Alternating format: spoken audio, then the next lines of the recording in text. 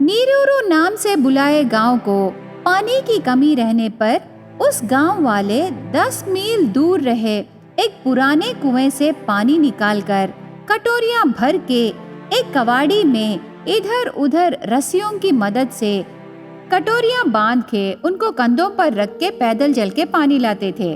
उसी गांव में रहे वेंकन्ना उसकी 2 बेटियां चंद्रिका और हरिता को शहर में इंजीनियरिंग पढ़ाने लगा। एक दिन चंद्रिका और हरिता उनकी इंजीनियरिंग खत्म होने पर शहर से घर आते हैं। तब वेंकन्ना उनसे ऐसे कहने लगा, चंद्रिका बेटी, क्यों ऐसे बहुत दुबली हो गई? तुम्हारे हॉस्टल का फूड ठीक नहीं है क्या बेटी? नहीं पापा, फाइनल एग्जाम्स है ना, उस टेंशन में थोड़ी दुबली हो गई। हाँ पापा, मैं और दीदी हमारे फाइनल एग्जाम्स की वजह से ही ऐसे दुबले हो गए। सिर्फ दीदी ही दुबली हुई, तू नहीं बेटी। मतलब आप क्या कह रहे हो पापा? मुझे एग्जाम्स का टेंशन नहीं है या मैं मोटी हुई? दोनों है बेटी। ऐसे कह के हंसता है वेंकन्ना। उसकी बातें सुन के चंद्रिका भी हंसती है। आप ऐसे ही मेरा मजाक कीजिए पापा, मैं किसी न किसी दिन दीदी से भी ज्यादा मार्क्स लाके दिखाऊंगी। ऐसे कह के हरिता भी हंस के उसके पापा से चैलेंज करती है। थोड़ी देर बाद वेंकन्ना ऐसे कहने लगा, चंद्रिका बेटी और हरिता बेटी, बहुत दूर से सफर करके आ रहे हो ना, थोड़ा आराम करो, मैं कुएं तक जाके पीने का पानी लाऊंगा। ऐसे कह के वेंकन्ना कवाड़ी लेके निकलने लगता है। तब चंद्रिका और हरिता घर से बाहर आके देखते हैं। उनके पिता की तरह हर एक घर से एक एक व्यक्ति कवाड़ी लेके निकलने लगा। तब चंद्रिका उदास होकर ऐसे कहने लगी, हरिता, इन 4 सालों में हमारे गांव के बहुत सारे समस्याएं परिष्कार हुए हैं, ये एक पीने का पानी के सिवाय। हाँ दीदी, बेचारे हमारे गांव वालों को कवाड़ी को कंधों पर रखने का दर्द आदत हो गया है। इसी प्रकार पानी की समस्या का भी आदत हो गई है। हमारे गांव की इस समस्या का हल हमें ही करना है बहन। हम क्या कर सकते हैं दीदी? क्यों नहीं कर सकते हरिता? हम इंजीनियरिंग किए और हमारा फाइनल ईयर प्रोजेक्ट भी ग्राउंड वाटर टेस्टिंग से संबंधित है ना? हाँ दीदी, हम कॉलेज में तैयार किए ग्राउंड वाटर टेस्टिंग मशीन लाके एक बार ये पूरा गांव चेक करके देखेंगे, तब आस-पास भूगर्भ जल कहाँ है यूं ही पता चल जाएगा। उसके बाद चंद्रिका और हरिता उनके पिता की मदद से गांव के सरपंच से मिलके इस विषय के बारे में विवरण देते हैं। तब वो सरपंच उनका काम शुरू करने के लिए अनुमति देता है। उस दिन से चंद्रिका और हरिता वो मशीन हाथ से पकड़कर गांव पूरा चेक करने घूमने लगे।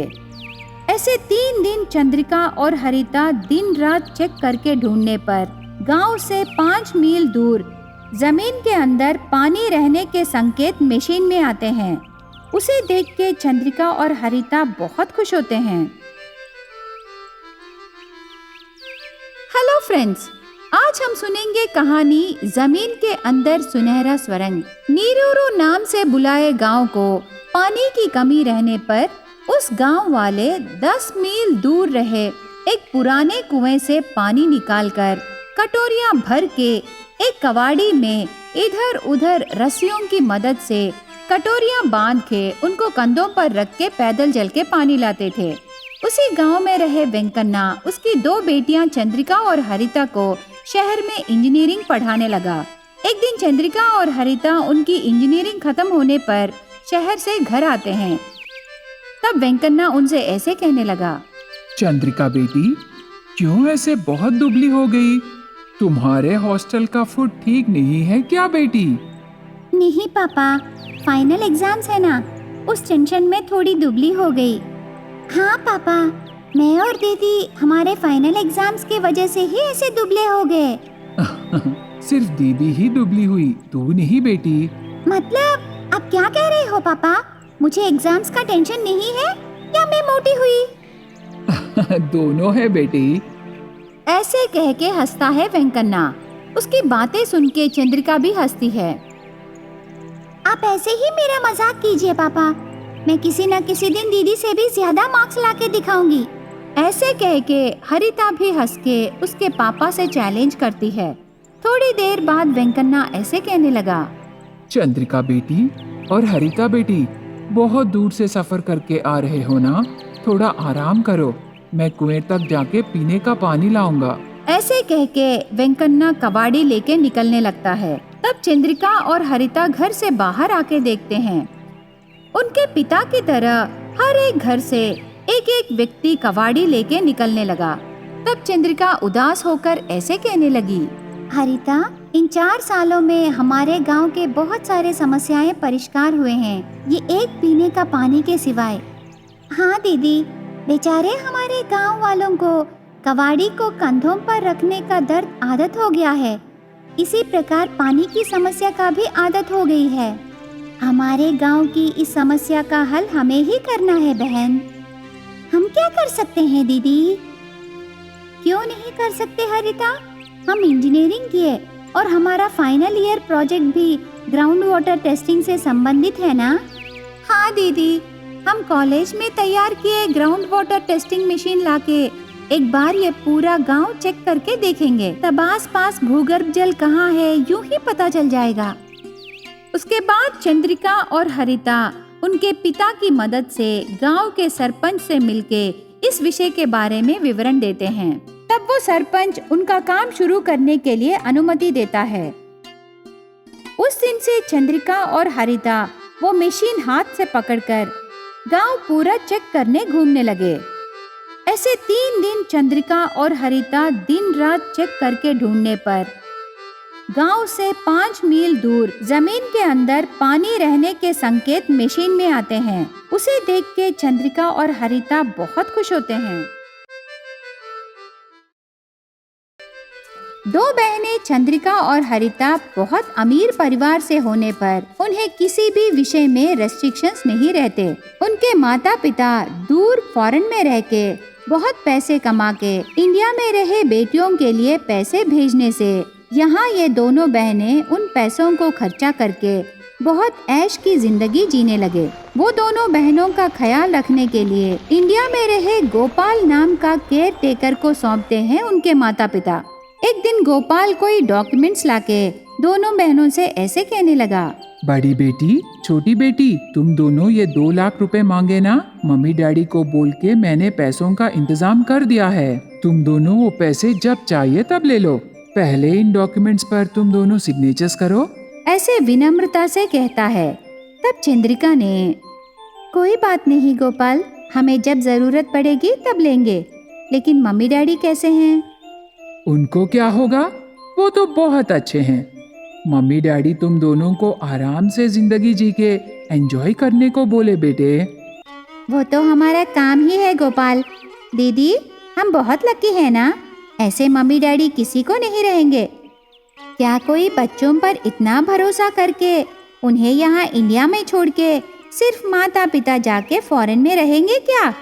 लेकिन हमारे माता पिता सिर्फ 3 या 6 महीनों में कॉल में बातें करके हमारी खुशी के लिए बहुत पैसे भेजते हैं ना दीदी। हाँ बहन, हम बहुत लकी हैं, इसीलिए हम अपने मम्मी डैडी से दूर रहने पर भी उन्हें मिस होने का फीलिंग नहीं आता। ऐसे कह के गोपाल लाए डॉक्यूमेंट्स पर सिग्नेचर्स करके दे देते हैं। इस प्रकार वो दोनों बहनें और उनके माता पिता के बीच केयर टेकर जैसे व्यक्ति के कारण उस परिवार में माता पिता और बच्चों के बीच की दूरी बढ़ जाती है। उन सबको ये केयर टेकर गोपाल मैनेज करके उनकी खबर इनको और इनकी खबर उनको पहुंचाता है, पर इन दोनों को डायरेक्टली बातें नहीं कराता गोपाल। ऐसे गोपाल के बातों पर भरोसा करके चंद्रिका और हरिता के माता पिता बच्चों के लिए पैसे भेजते हैं। ये सब काम कर रहे गोपाल बहुत चालाक है। इस तरह दिन बीतने लगे। धीरे धीरे दोनों बहनें चंद्रिका और हरिता को बिना बताए उनके नाम पर यहाँ गोपाल बहुत पैसे लेने लगा। अचानक से एक कार एक्सीडेंट में फॉरेन में रहे माता पिता मर जाने पर उनके डेड बॉडीज इंडिया आते हैं। उनके अंतिम संस्कार पूरा करके गोपाल ऐसे कहने लगा, देखो बड़ी बेटी और छोटी बेटी, मम्मी पापा के डेथ रिपोर्ट्स लाने के लिए तुम दोनों के सिग्नेचर्स चाहिए। ये डॉक्यूमेंट्स पर साइन करो बेटे। ऐसे झूठी बातें कह के उसके पास रहे डॉक्यूमेंट्स पर सिग्नेचर्स करा के दोनों बहनों को 1 रुपए भी बिना दिए पूरी संपत्ति और बैंक बैलेंस उसके नाम पर ट्रांसफर करा के चंद्रिका और हरिता को घर से बाहर भेज देता है।